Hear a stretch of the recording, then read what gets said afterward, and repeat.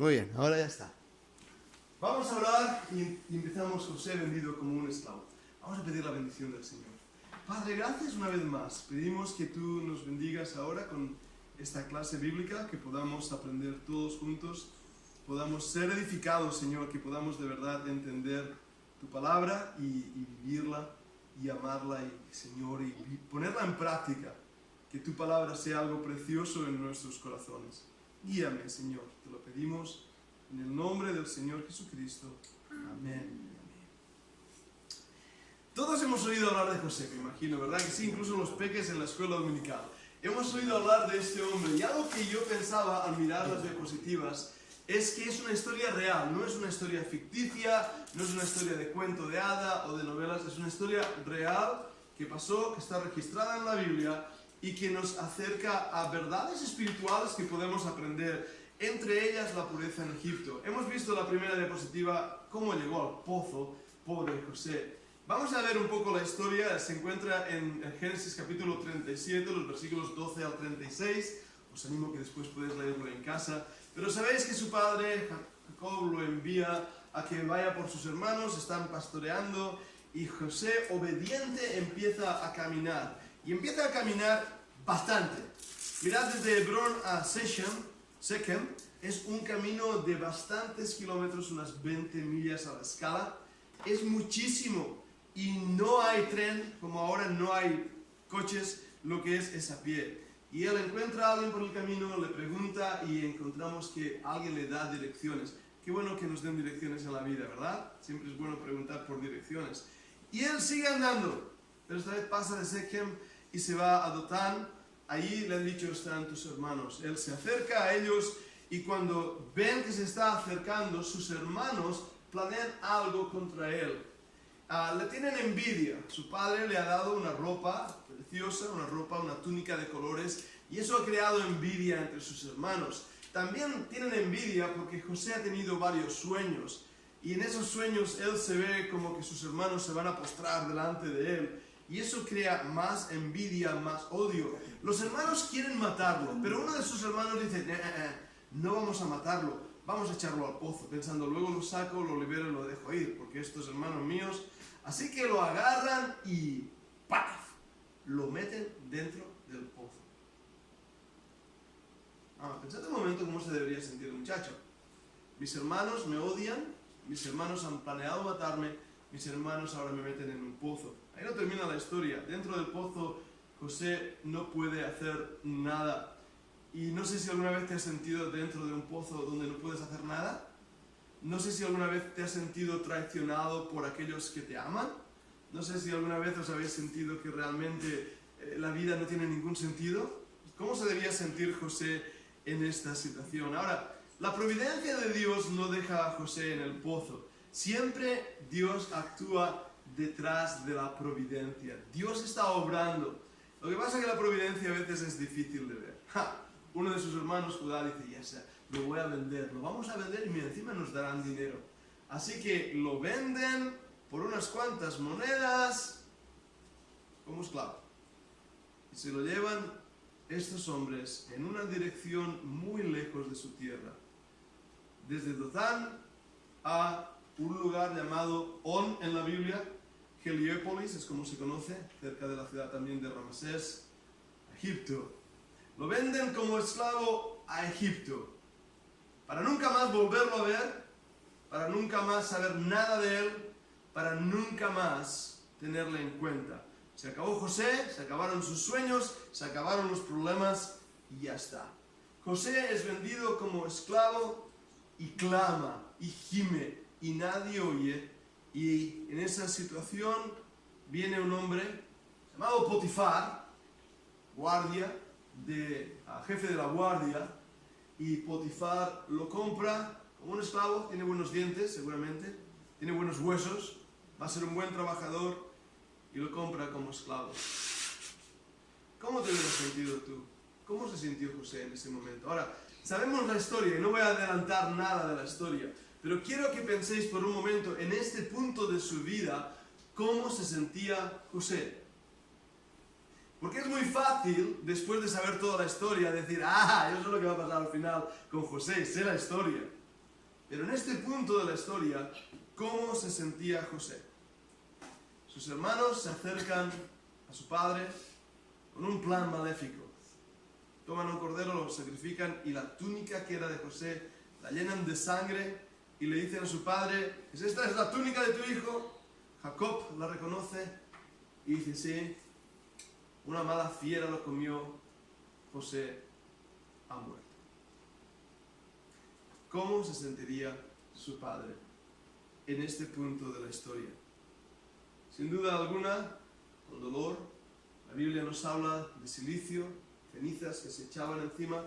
Era una costumbre oriental para expresar el dolor. No sé si alguna vez habéis tenido la oportunidad de ver en las noticias, sobre todo en situaciones de guerra, mujeres árabes chillar con dolor. Es una costumbre muy oriental.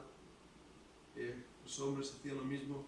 Rasgaban sus ropas, mostraba el dolor en el alma como han sido rasgadas sus ropas.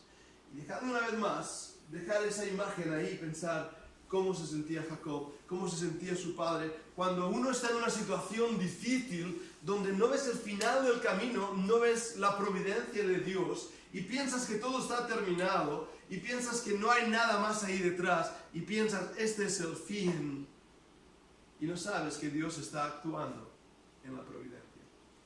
Y desde esta perspectiva me gustaría empezar con una serie de estudios que vamos a ver con la ayuda del Señor sobre la pureza en Egipto. Y empezando con algunas cosas que nos llaman la atención. La primera es pensar, Dios envió a José a Egipto. Dios le envió, perdóname esto, Dios le envió con un propósito, con un objetivo y con un reto. Tenía que mantener la pureza en Egipto a pesar de las circunstancias. Y eso nos va a hablar a nosotros, porque la situación que nosotros estamos viviendo en el siglo XXI, en medio de una sociedad pagana, diabólica, vil, con un montón de pecado expuesto, con un montón de control sobre nuestras mentes a través de los medios de comunicación, de las redes sociales y de los videojuegos. Hoy hablaba con una persona, de un especialista de videojuegos, y cómo controlan a los niños con los videojuegos. Y mantener la pureza en medio de esta situación es un reto, pero Dios quiere que lo seamos. Cuando hablamos de pureza, buscado en el diccionario, y me dice que es cualidad de puro, habla de virginidad, de doncellez, viene de una palabra latina que quiere decir purus, que no es un puro, eso es otra cosa, ¿de acuerdo? Purus quiere decir libre y exento de toda mezcla de otra cosa, que procede con desinterés en el desempeño de un empleo o en la administración de justicia, que no incluye ninguna condición, excepción o restricción ni plazo, casto, ajeno a la sensualidad, libre y exento de imperfecciones morales. Es mero, solo, no acompañado de otra cosa.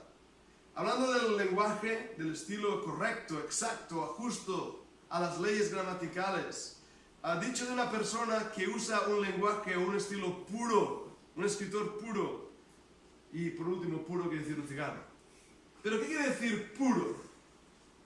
Cuando buscamos en la Biblia una definición de la Biblia, descubrimos que una pureza bíblica es tener un corazón conforme al corazón de Dios. Eso es lo que quiere decir ser puro. No estamos hablando aquí de perfección, ninguno de nosotros somos perfectos. El pecado ha señalado nuestra vida. Somos imperfectos, somos pecadores.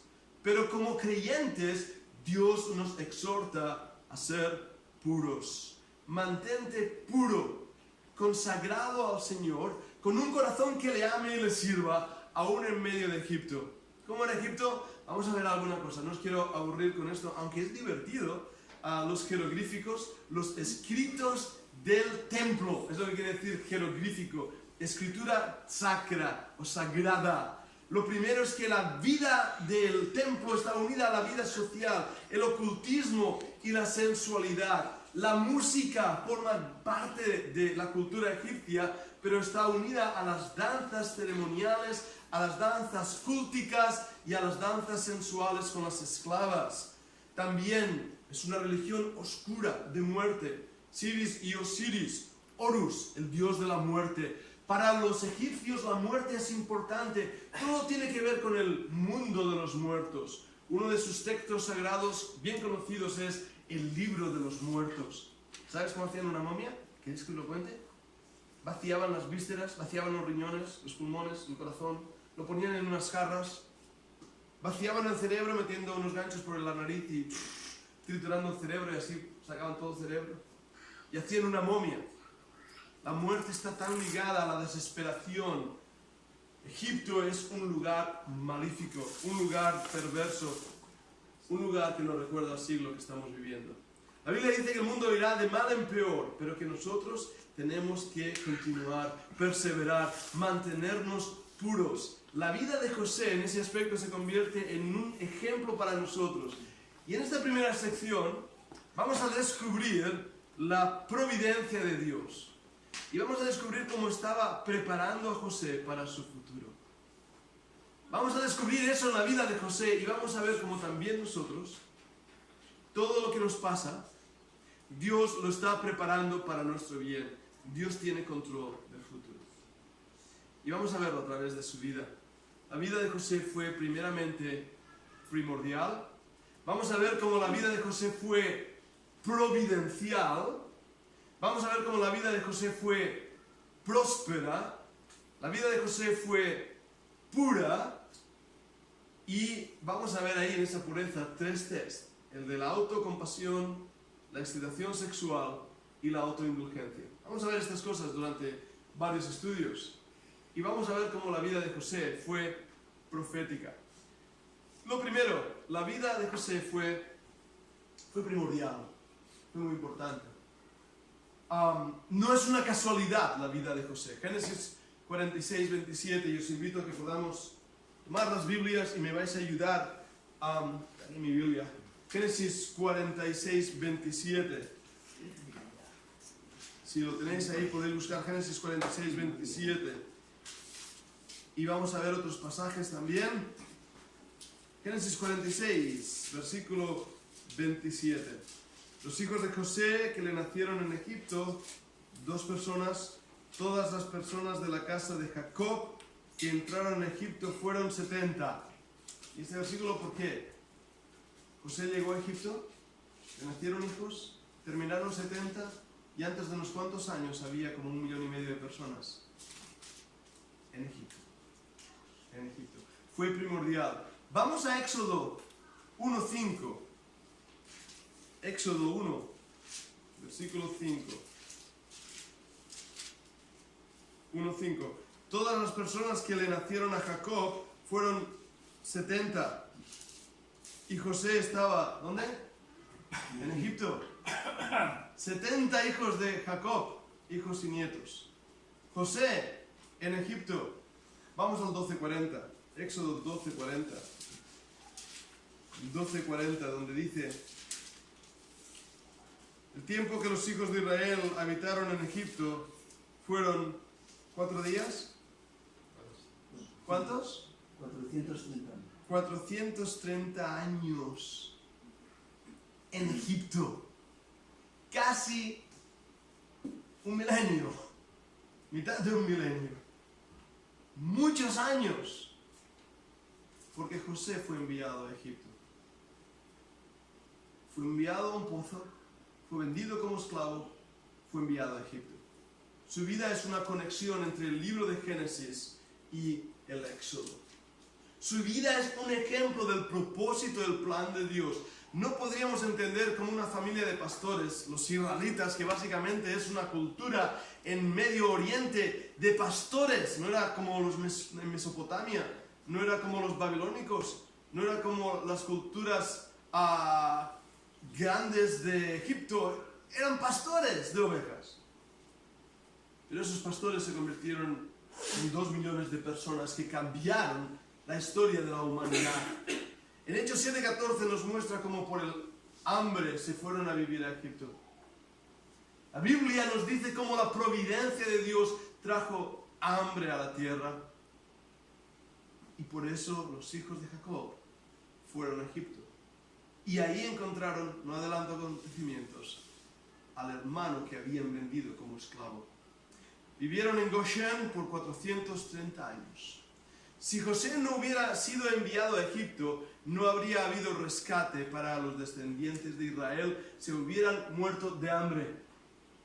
Si José no hubiera sido vendido como esclavo por sus propios hermanos, tal vez nunca hubiéramos escuchado de Israel. Algunos piensan que en los escritos de Egipto se llaman los Ishkos. Nunca hubiéramos escuchado de esa nación. Pero la providencia de Dios estaba obrando. En Éxodo capítulo 1 se nos habla de un nuevo faraón que no conocía a José después de haber pasado años ahí, seguramente Ramsés II. La nación de Israel continuó multiplicándose, confiando en las promesas de Dios dadas a Abraham en Génesis capítulo 15, que un día Dios daría toda una tierra a la nación de Israel. Pero ahora, ¿dónde estaba Israel? En Egipto. Vendidos como esclavos, siendo esclavos en Egipto. La vida de José fue providencialmente, primeramente, un milagro. Fue providencial. Romanos 8:28 lo conocéis y estos versículos los menciono, son versículos que conocemos. Todas las cosas ayudan a bien a los que a Dios aman, esto es, a los que conforme a su propósito son llamados. Lo aplicamos a la vida de José. José fue vendido como esclavo en Génesis 45. 5 y 7 nos lo habla. Pero Dios usó esta situación para librar a Israel. Génesis 50, vamos a Génesis 50, 19 y 20. En Génesis 50, estamos viendo el último capítulo ahí de Génesis, ese puente entre Génesis y Éxodo, versículo 19. Versículo 19 dice, y le respondió José, no temáis, ¿acaso estoy yo en lugar de Dios? Vosotros pensáis mal contra mí, mas Dios lo encaminó a bien para hacer lo que vemos hoy, para mantener en vida a mucho pueblo. Dios obra en extrañas circunstancias para darnos lo mejor.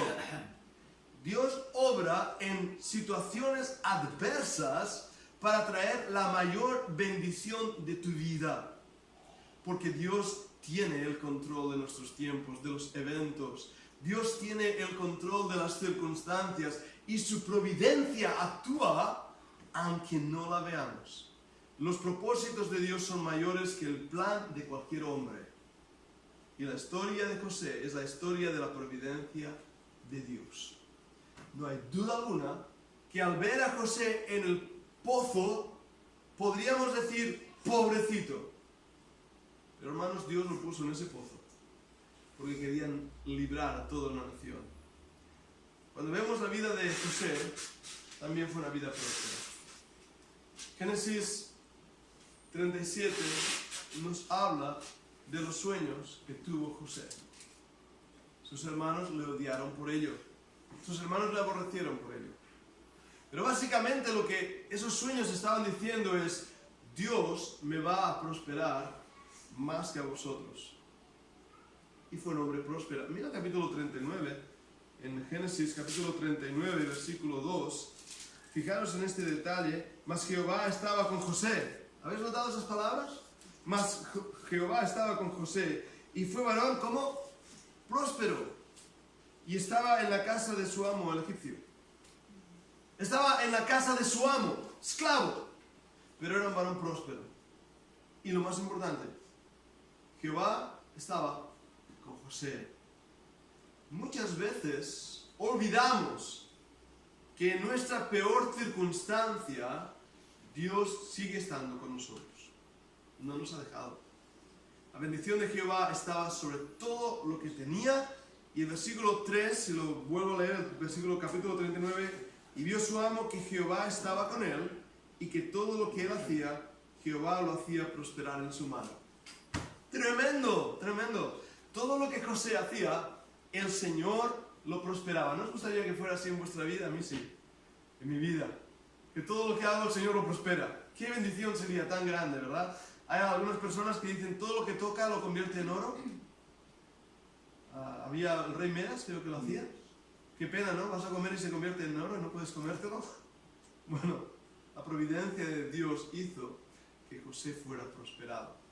y todo lo que hacía el Señor lo prosperaba, nos lo vuelve a decir, no solo el versículo 3, sino el versículo 23, 39, 23, una vez más, no necesitaba atender el jefe de la cárcel, cosa alguna, de los que estaban en cuidado de José, porque Jehová estaba con José y lo que él hacía, Jehová lo prosperaba. ¿Dónde? ¿En la casa de Potifar? No, esta vez no está en la casa de Potifar. ¿Dónde está? En la cárcel. En el segundo pozo de su vida, por una mujer que le dio una tentación, él dijo que no. Y por ser justo, por ser puro, sufrió lo indecible, fue enviado a la cárcel. Todo ahí parecía negro, oscuro, pero Dios estaba con él. La vida de José era pura. Dios puso a prueba varias veces su confianza, pero José fue fiel y el Señor subió el nivel de su prueba y le bendijo. No puedo entender este punto en la historia de José. Él es fiel, el Señor le envía otra prueba. La supera, le envía una prueba mayor. Y bajo o detrás de esas pruebas, Dios le dio más responsabilidad. La manera de hacer a un árbol fuerte es a través de la tormenta. La manera de hacer un carácter fuerte, un carácter estable, es a través de la tormenta en nuestra vida. La historia de Daniel, en el libro de Daniel, nos da un mismo ejemplo de la historia de José. Daniel y sus amigos son llevados esclavos, esta vez a Babilonia, en circunstancias negativas para ellos. La providencia de Dios está trabajando en sus vidas y ellos determinan algo. Daniel 1:8 dice, y Daniel propuso en su corazón no contaminarse con la comida del rey ni con el vino de su beber. Pidió por tanto al príncipe de los eunucos de no contaminarse. Determinó ser puro. Y cuando tú determinas eso, tú vas a sufrir. Pero vale la pena. Creo que ahora, jóvenes, tenéis que determinar en vuestra vida ser puros. Porque la pureza es algo que no se valora hasta que realmente se valora. Estoy diciendo algo ya, me parezco a joven, ¿no? Lo imposible de lo posible de lo imposible. ¿Qué estoy diciendo? Vale, cuando un chico se quiere casar, busca una chica pura. Aunque él haya querido tener aventuras, pero cuando se quiere casar, quiere una chica pura. ¿Verdad? Una chica, cuando quiere buscar a un chico, quiere a alguien que no se vaya con la primera, que sea puro. ¿Por qué? Porque la pureza se aprecia y se valora. Un diamante puro buscamos, ¿verdad que sí?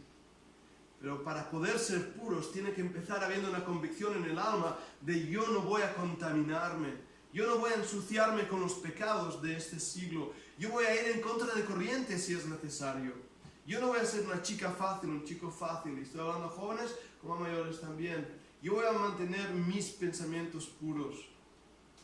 Y eso involucra muchas cosas. Lo primero que menciono aquí, el test de la autocompasión. No tuvo pena por sí mismo. Ahora, es algo un poco difícil de hablar esto, pero voy a decirlo. ¿Qué es el test de la autocompasión? Muchas veces las circunstancias van en nuestra cuenta, contra nosotros. Empezamos a sufrir y a poder decir, pobrecito de mí, nadie me quiere. Y a veces esa es mi canción, nadie me quiere. No sé si habéis visto los dibujos del Calimero. ¿No habéis visto Calimero? Buscarlo en internet. Calimero es un patito de color negro con un cascarón en la cabeza. Calimero, nadie me quiere. Todo le sale mal a Calimero. Y muchas veces tenemos el complejo de Calimeros. Somos autocompasivos. Pero ¿sabes una cosa? Si Dios te ha puesto en situaciones difíciles, Dios quiere algo grande de ti. Si Dios te está probando es porque Dios quiere algo de ti. Y tiene un propósito, y tiene un objetivo. Y ese objetivo a lo mejor te va a hacer sufrir. Pero ese objetivo está limpiando de ti las impurezas para hacer un carácter puro que Dios pueda usar. La autocompasión es peligrosa. Porque te pone en un agujero de pena, de pozo, de angustia, en vez de mirar a las estrellas y ver qué grandes propósitos Dios tiene para ti. El test de la excitación sexual en 39.9 no quiso pecar contra Dios. Y sabéis, el capítulo 39 nos habla de esa tentación cuando la mujer de Potifar quiso dormir con él. Potifar era un eunuco. Los eunucos no pueden tener relaciones. Y muy probablemente fuera el problema de la mujer, no lo sabemos. Lo que sabemos es que el hombre, Potifar, lo podía haber matado a José, podía haber castigado con la muerte, y no lo hizo. Eso nos abre una sospecha, a lo mejor ya había pasado otras veces. A lo mejor Potifar vio que José era puro y era un buen hombre. Pero mirad el capítulo 39, versículo 9, cuando esta mujer le está tentando: no hay otro mayor que yo en esta casa, y ninguna cosa me ha reservado sino a ti, por cuanto tú eres su mujer.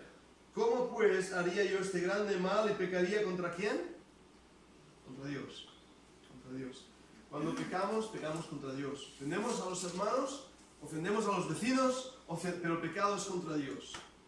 Y José no quiso que la excitación sexual fuera el centro de su vida. Por culpa de esta excitación sexual, muchos se han destruido. Familias, jóvenes, destruido. Los conceptos que el mundo está trayendo es libertad sexual, cuando en realidad son esclavitud sexual. Esclavitud. Vidas deshechas. Jóvenes que dejan sus estudios, dejan sus carreras, dejan sus trabajos por un pecado que al final cuesta entrar. El test es duro, pero si te mantienes puro, Dios va a traer bendición. La palabra virgen no es una palabrota, es una palabra. El Señor quiere que nos mantengamos puros para el matrimonio. Y por último, el test de la autoindulgencia. Y este es un test aún peor. Cuando estuvo en poder, siguió sirviendo a los demás. El poder de la autoindulgencia es el poder de aquellos que tienen control y tienen fuerza y tienen todo lo que desean, y debido a su situación se corrompen.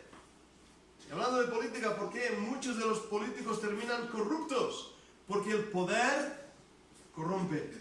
Y el poder absoluto corrompe absolutamente. Tiene una persona que tener unas convicciones muy claras para no corromperse cuando está en poder. Y el problema de los líderes, tanto líderes como en las iglesias, como en el gobierno, es que cuando uno tiene el control y tiene el poder, puede llegar a pensar que es intocable, que es perfecto. Es autoindulgente. Y la Biblia nos muestra que esto es un pecado. Nosotros como líderes somos siervos, no somos señores de la grey. No hemos venido a mandar y ordenar, sino a servir y a dar nuestra vida como nuestro amado Señor. Ahora, dejadme terminar con el último punto. La vida de José fue profética. José fue un pastor que alimentó a sus ovejas. Cristo es el buen pastor. La semejanza entre José y Cristo es asombrosa. José era amado por su padre. Dios dijo de Cristo: este es mi Hijo amado en quien tengo contentamiento. Hoy en la iglesia que he estado esta mañana he estado predicando sobre la relación entre el Padre y el Hijo, entre el seno de la divinidad, como el Padre ama al Hijo y el Hijo ama al Padre, como el Padre entregó a su Hijo y su Hijo se entregó a sí mismo por el Padre. José era amado por su Padre, era el preferido de su Padre, le regaló a él la túnica de colores. José fue odiado por sus hermanos, igual que Cristo. Me hirieron sin causa. El Señor dice: fui herido en la casa de mis amigos. Judas le entregó. Sus hermanos no creyeron en él. Aún en el Nuevo Testamento nos dicen de Cristo que ni aún sus hermanos creían en él. Sus hermanos escucharon los sueños, las revelaciones que Dios le estaba dando, y no creyeron en él. Y Cristo, vendido por sus propios hermanos, a lo suyo vino y los suyos no lo recibieron. Los hermanos de José tuvieron envidia de él, y de Cristo se nos dice que los principales sacerdotes lo entregaron a muerte. ¿Por qué? Por la envidia. La envidia es un pecado horrible, horrible. Los celos y la envidia destruyen familias y vidas. destruyeron al Señor Jesucristo. José fue vendido por 20 piezas de plata.